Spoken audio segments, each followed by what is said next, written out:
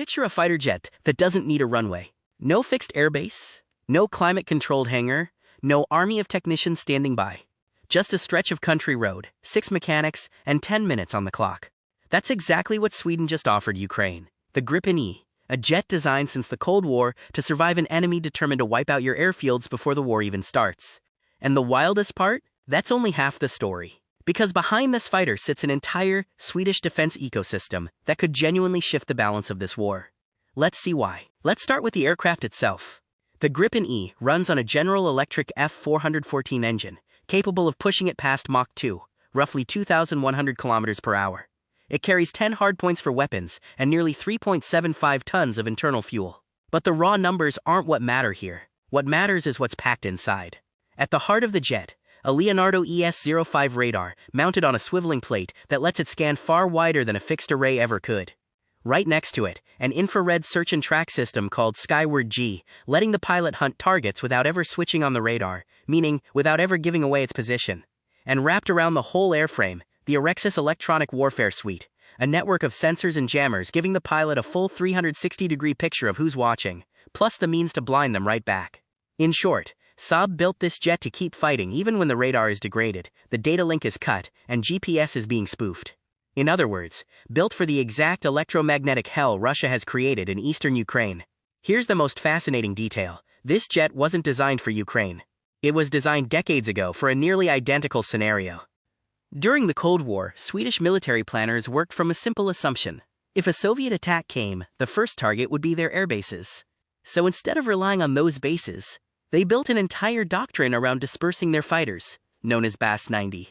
The idea: redeploy jets to ordinary stretches of road, refuel and rearm them with small teams of conscripts, and get them flying again from locations the enemy could never map out in advance.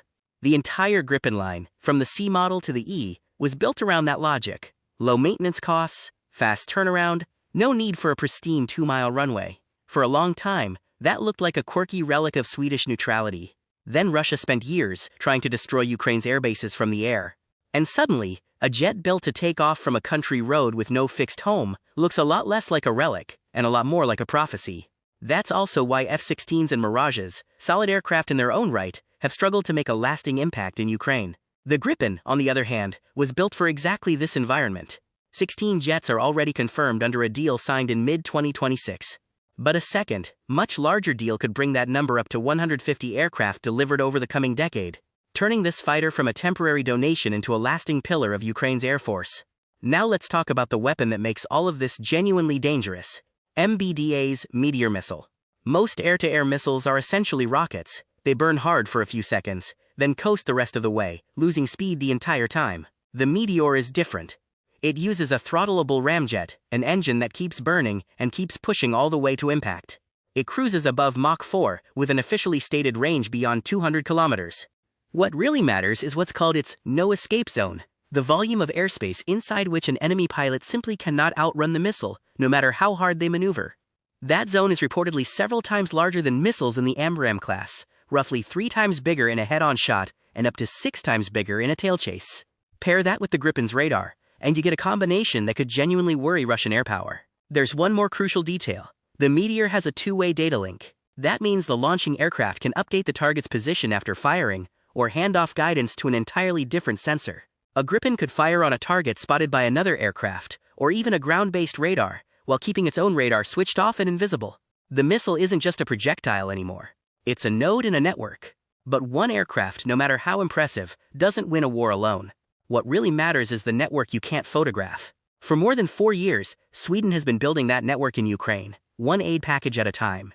First, the eyes in the sky, the ASC-890, an airborne early warning aircraft built from a modified Saab 340, fitted with the Eye radar.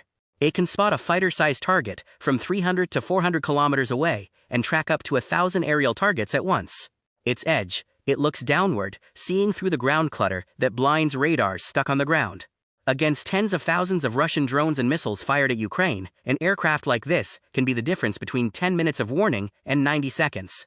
Then there are the Giraffe radars, able to detect targets out to roughly 100 kilometers, deployable in under 10 minutes and packed up in under 5, built to look, transmit, and vanish before a Russian drone can track them down.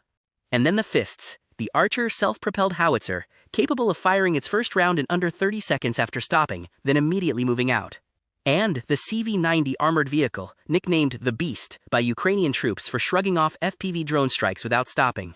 All told, Sweden's military aid to Ukraine reportedly reached around 128 billion Swedish kroner by early 2026, with a new framework worth another 80 billion earmarked for 2026 and 2027. Here's how it all comes together in practice.